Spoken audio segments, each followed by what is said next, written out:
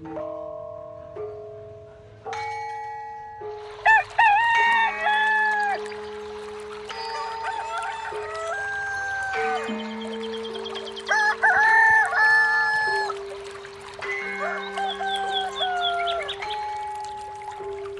Lele, matamu kemana Le? Joko, badan saja besar, otakmu nggak dipakai. Kalau senyum-senyum lagi, kau pikir masalah bisa selesai dengan senyuman? Masalah itu harus diselesaikan dengan otakmu itu, bodoh.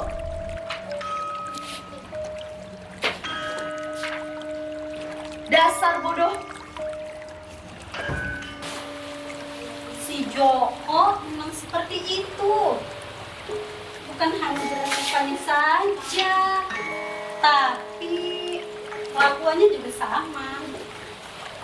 Kenapa pula ada manusia seperti si Joko ini bisa hidup hingga sebesar ini?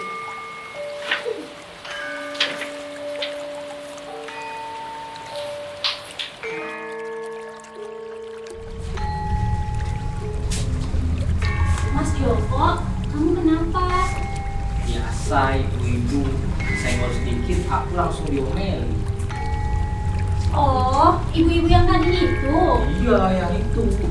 Mas Joko, kamu kenapa? Gak pernah melawan, bahkan dalam keadaan tertindas sekalipun. Semua orang terus berkata lawan.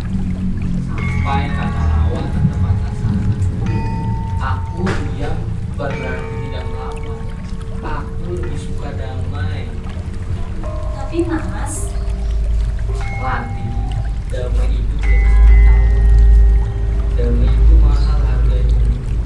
Sudahlah, aku ingin mencari kayu bakar lagi.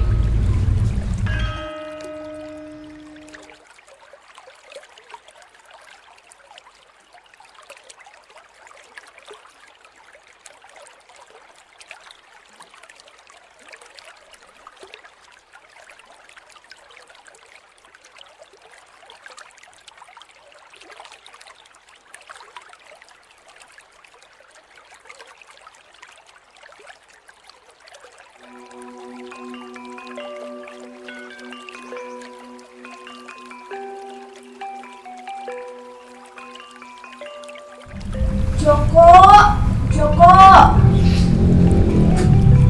Bo, ya kenapa Mbok? Sini nak, Simbok membuatkanmu spaghetti dan sayur lodeh.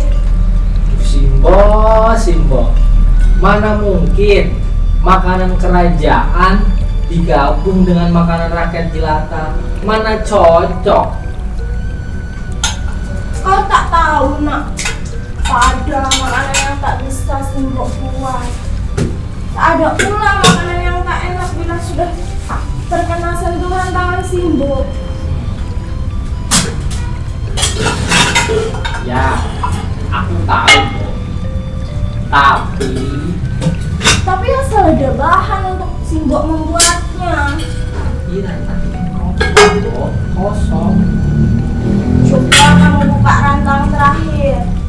Di sana ada makanan kesukaanmu. Baik Bo.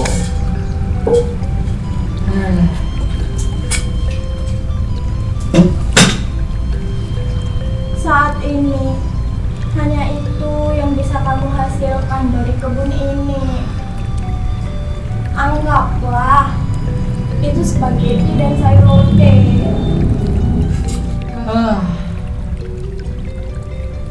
Apa boleh lain kali digoreng atau dibakar saja Bo?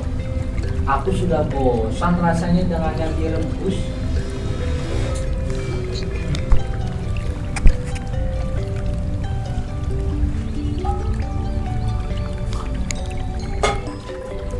Joko, apa kamu bahagia dengan keindahan Simbok?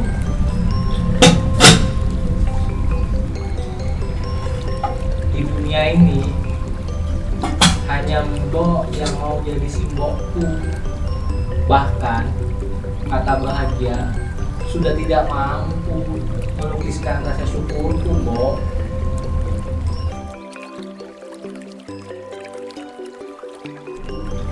Simbok ingat saat pertama kali kita bertemu?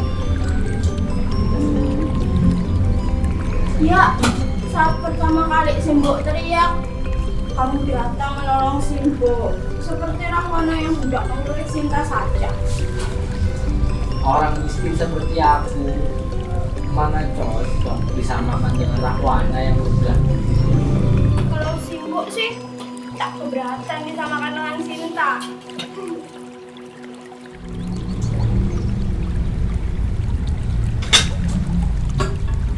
Sebetulnya saat itu Simbok lah yang menolongku.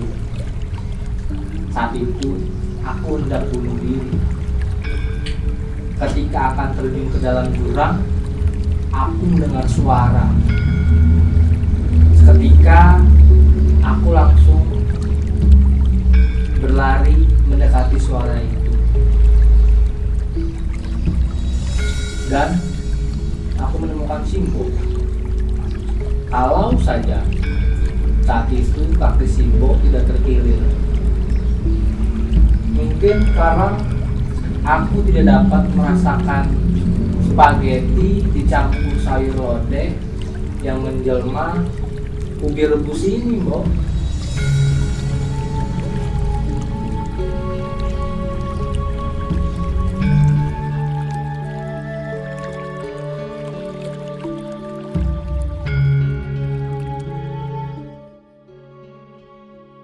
Barangkali manusia memang memiliki kelebihan dan kekurangan.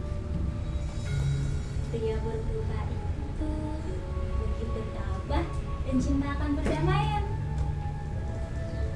Aku kenal para pangeran tampan di negeri makmur ini.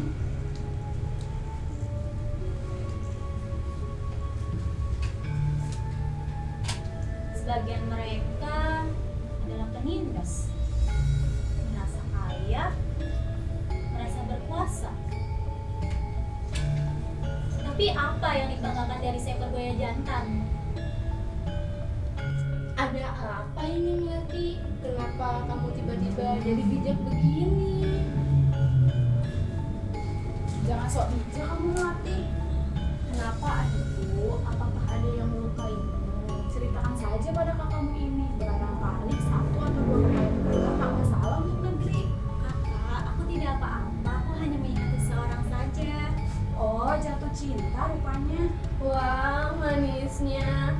Siapa yang bisa membuat kamu jatuh cinta? Apa dia seorang bangsawan? Bukan? Apa dia kaya raya meski bukan bangsawan? Bukan juga.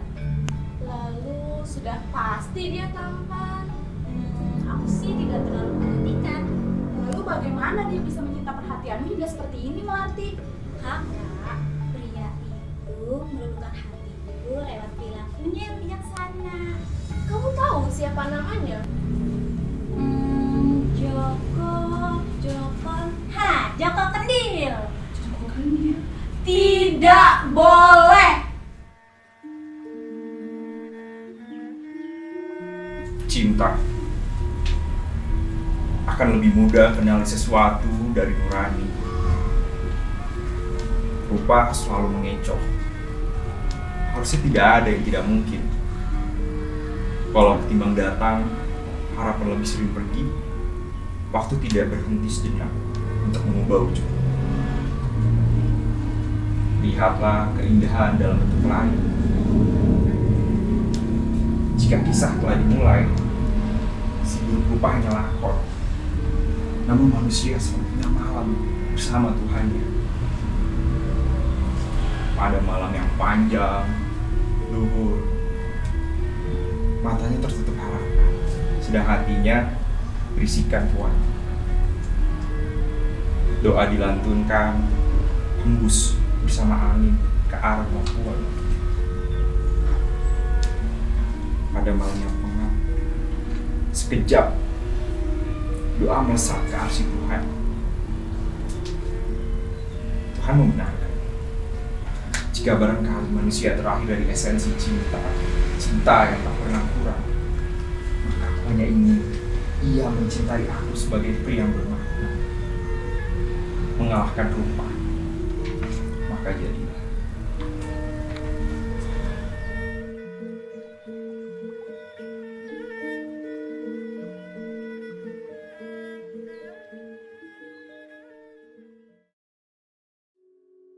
Aku tidak akan memberikanmu restu. Tapi ayah, Kau boleh mencintai seumur hidupmu, tapi kau tidak boleh menikah dengan manusia yang telah ditinggalkan kebutuhan itu. Itu benar, Melati. Aku yakin ayah ingin yang terbaik untuk kita semua. Lagian bisa-bisanya kamu mencintai laki-laki buruk rupa macam si Joko Kendil itu. Aku setuju, bukan tak manusiawi, tetapi darah kita tidak boleh bercampur dengan rakyat jelata, kecuali adat negeri ini. Tidak, Melati. Belum waktunya untuk itu. Negara sedang susah. Keperluan rakyat belum seluruhnya terpenuhi. Negara kita sedang krismon. Ayah, tak bisakah kita dijodohkan dengan pangeran dari negeri makmur saja? Lagi pula, ayah tak mungkin kan memberi restu pada Joko dan Melati. ya ayah, aku tidak sudi jika harus menikah dengan jelata. Tidak, Kantil. Ayah tidak bisa menikahkan kalian dengan pangeran dari negeri lain. Menikahkan kalian dengan pangeran dari negeri lain adalah cara tercepat untuk menghancurkan negeri ini. Tapi ayah, tak bisakah? Negosiasi berakhir. Ayah, sebaiknya segera temukan kendi sakti itu. Lantas, bagaimana caranya? Sayembara ayah, hadiahkan salah satu dari kami. Baiklah. Pengawal, Siap Paduka. persiapkan pertemuan kepada para petinggi sekarang juga. Baik Paduka.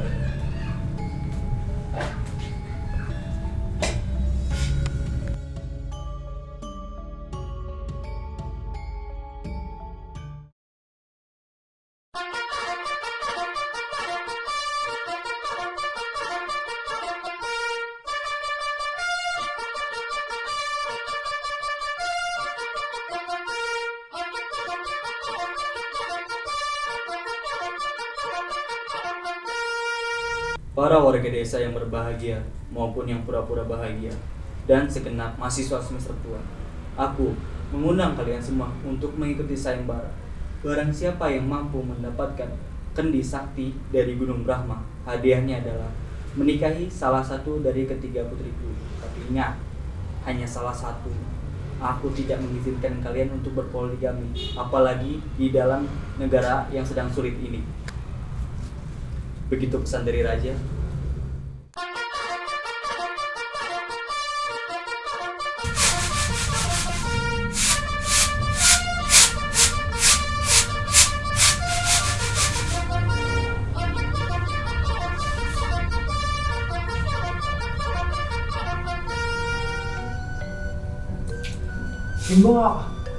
Mbak. Kenapa Joko? Apa Simbo sudah dengar tentang sayembara dari kerajaan? Sayembara apa namanya? Sayembara mencari kendi suci di Gunung Brahma, Bo. Lalu apa hadiahnya Joko? Hadiahnya mau beristri salah satu putri raja, Bo. Sebaiknya kau urungkan saja niatmu Joko. Gunung Brahma itu adalah tempat yang suci. Siapapun yang sedikit saja memiliki hasrat, akan ya kembali secara hidup-hidup. Tapi Bo, aku nyanyi Melati, Bo. Dia juga pernah berbagi padaku. Sayembara ini satu-satunya cara agar aku bisa bertemu Melati, Bo. Apa memang ada cara yang lain Joko? Tidak ada, Bo. Jelata seperti kita mana bisa masuk ke kerajaan tanpa izin raja. Yang ada kita dipenggal oleh pengawalnya, Bo. Baiklah. Simbok beri sedikit nasihat Joko. Di Gunung Brahma, kau yang sejati hanyalah cermin. Kekasih adalah musuh abadi. Kendalikan dirimu Joko.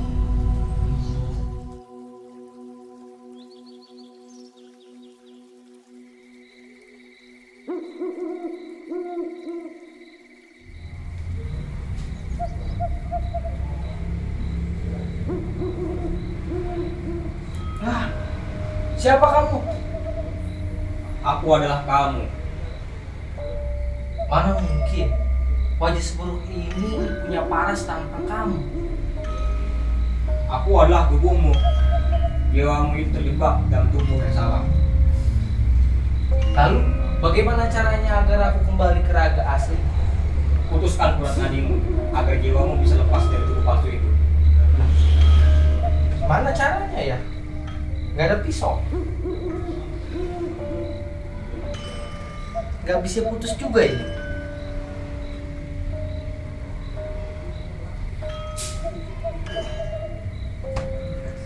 Mas, kamu harus sadar bahwa tubuh dan jiwamu itu berbeda. Melati, apakah benar yang kamu katakan itu? Tentu saja. Bukankah kau mencintaiku? Tidak. Yang aku rasakan hanya kekaguman akan hatimu. Itu bukan cinta. Sama saja, Mas. Cinta bisa menjelma apa saja, termasuk rasa kagummu kepadaku. Tidak, aku yakin cinta tidak memberikan gelora yang tidak karuan. Cinta adalah sebuah keyakinan.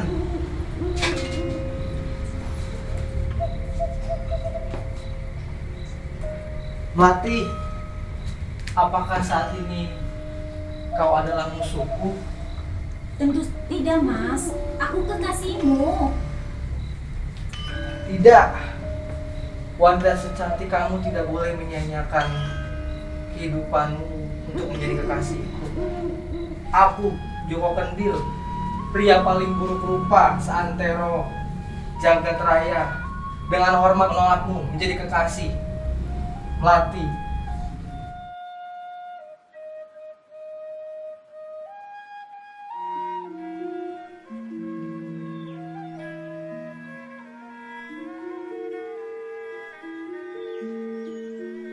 Semua berlalu. Kita dapat melihat dengan tajam.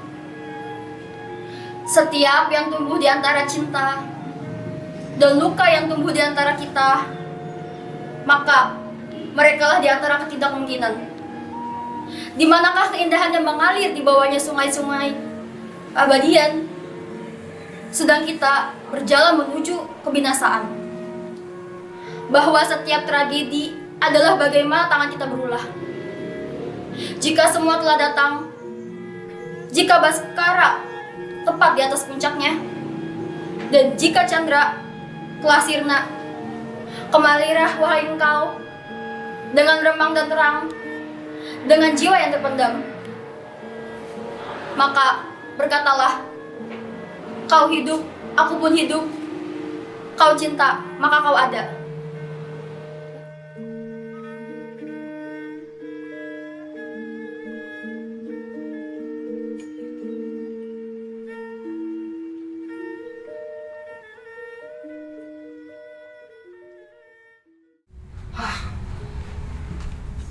Tenang, Ayah. Bagaimana mungkin aku bisa tenang? Ayah, kalau terus mondar-mandir seperti itu, semakin membuatku pusing saja. Ayah, di negeri ini begitu banyak kesatria. Aku yakin Gunung Brahmana ini ditaklukkan oleh salah satu dari mereka. Aku masih belum yakin jika tidak ada bukti yang nyata. Iya betul, argumentasi tanpa tindakan nyata bagaikan sungai kering yang tak ada manfaatnya. Kakak berbicara seperti sedang berkampanye saja. Kantil, kelak aku akan memimpin negeri ini. Jelas aku harus belajar berpolitik. Kakak, aku sangat berharap kakak mendapatkan pangeran yang bijaksana. Melati, doakan aku juga sekalian. Terima kasih kalian. Rasanya aku melihat kejayaan negeri ini.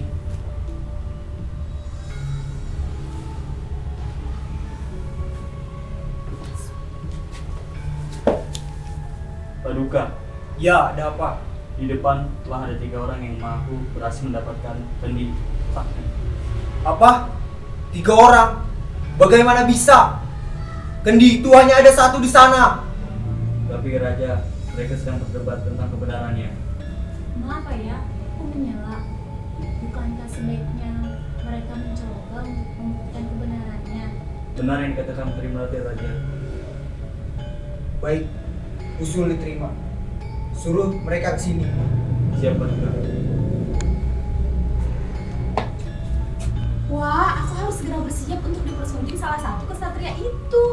Ya kakak, dari kita bertiga, aku rasa kamulah yang paling cocok untuk dipersunting salah satu dari mereka. Tapi aku tidak keberatan jika ternyata aku yang dipilih. Sedang kau bagaimana, Melati? Aku akan diam dan menghormati pilihan kesatria itu, Ayah.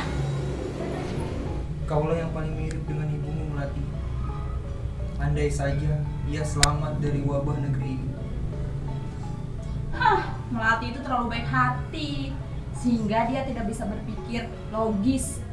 Betul itu Melati, kapan lagi kita akan mendapatkan kesatria yang akan segera populer di negeri ini?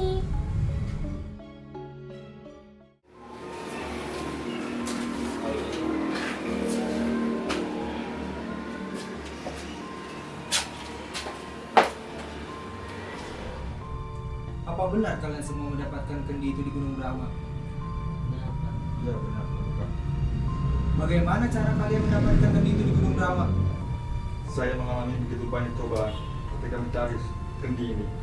Di dalam perjalanan saya hampir diterkam binatang buas dan gangguan makhluk halus dengan gicu yang merah yang senang mengetahui saya. Namun saya hiraukan itu semua dan saya berhasil menemukan kendi ini di Gunung Brahma. Lalu kau, bagaimana penjaga bisa percaya kau? Ayah, pertanyaan Ayah terlalu menyulitkan Mas Joko. Wah, Jadi ini orang yang dikatakan mawar. Apa kau baik-baik saja, Melati? Apa kau tidak buta?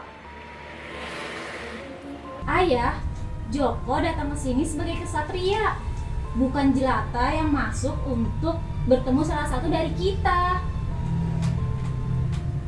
Joko, ceritakan bagaimana kau bisa mendapatkan kendi itu di Gunung Brahma. Baik, Paduka. sudah pasti dia berbohong. Aku yakin dia adalah jelata yang rela menerobos masuk ke sini untuk bertemu Melati. Ayo Mas Joko, katakan bagaimana bisa kau mendapatkan kendi itu. Baik, Melati, Paduka. Hamba akan menceritakannya.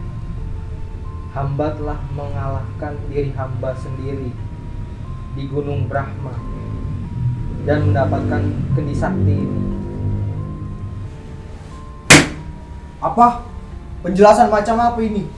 Gunung Brahma adalah tempat para kesatria, bukan tempat untuk orang mencari jati diri.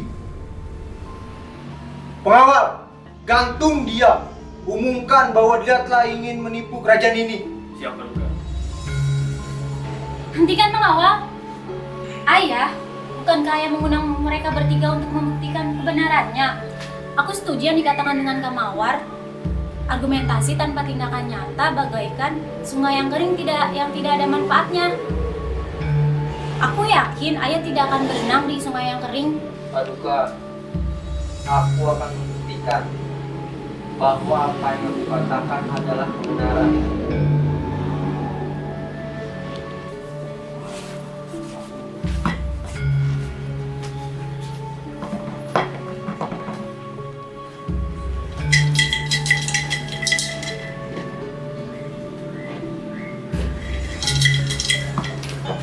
Pengawal,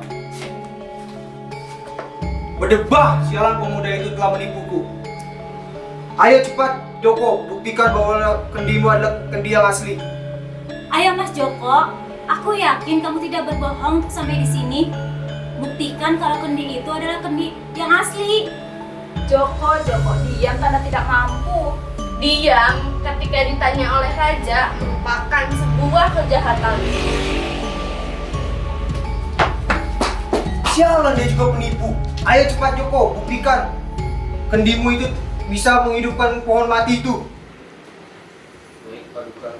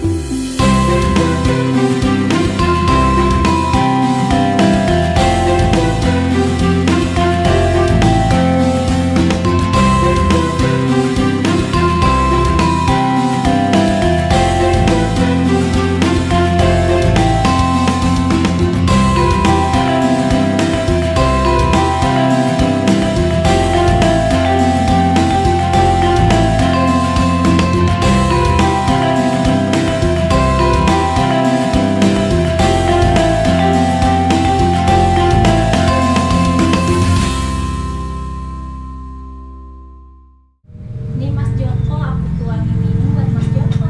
Terima kasih Bella, Iya Mas Joko. istriku.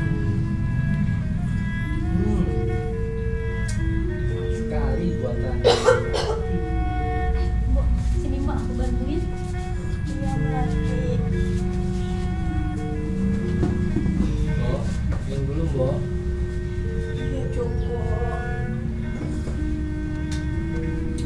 Aku tak salah memilih istri Mbok. Dia sangat jago membuat tehnya Mbok. Tapi nanti tak apa jika kamu menjadi jelata seperti Simbo dan Joko. Aku akan yakin lebih bahagia bersama kalian. Benar Melati. Kalau kau ingin kembali ke ayahmu, aku tidak keberatan. Namun, aku tidak akan ikut. Aku Joko Kendil, pria paling tidak beruntung di negeri ini. Buruk rupaku, miskin dan bodoh. Mana cocok tinggal di dalam istana. Namun, kau sudah berhasil mengalahkan nasibmu Joko. Buruk rupa hanya masalah pandangan estetik.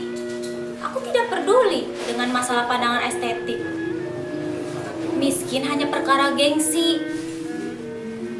Di tempat ini, makan singkong saja adalah anugerah. Dan bodoh, kata bodoh hanya diucapkan oleh orang yang sok pintar. Di dunia ini, semua orang tidak memiliki perkembangan pendidikan yang sama. Yang ada hanya mereka tidak tahu apa yang kamu tahu. Dan mereka tahu apa yang kamu tidak ketahui. Kamu telah memilihku dan aku telah memilihmu untuk tinggal di sini denganmu. Lupakan semua dan mulai menciptakan kebahagiaan sendiri di sini.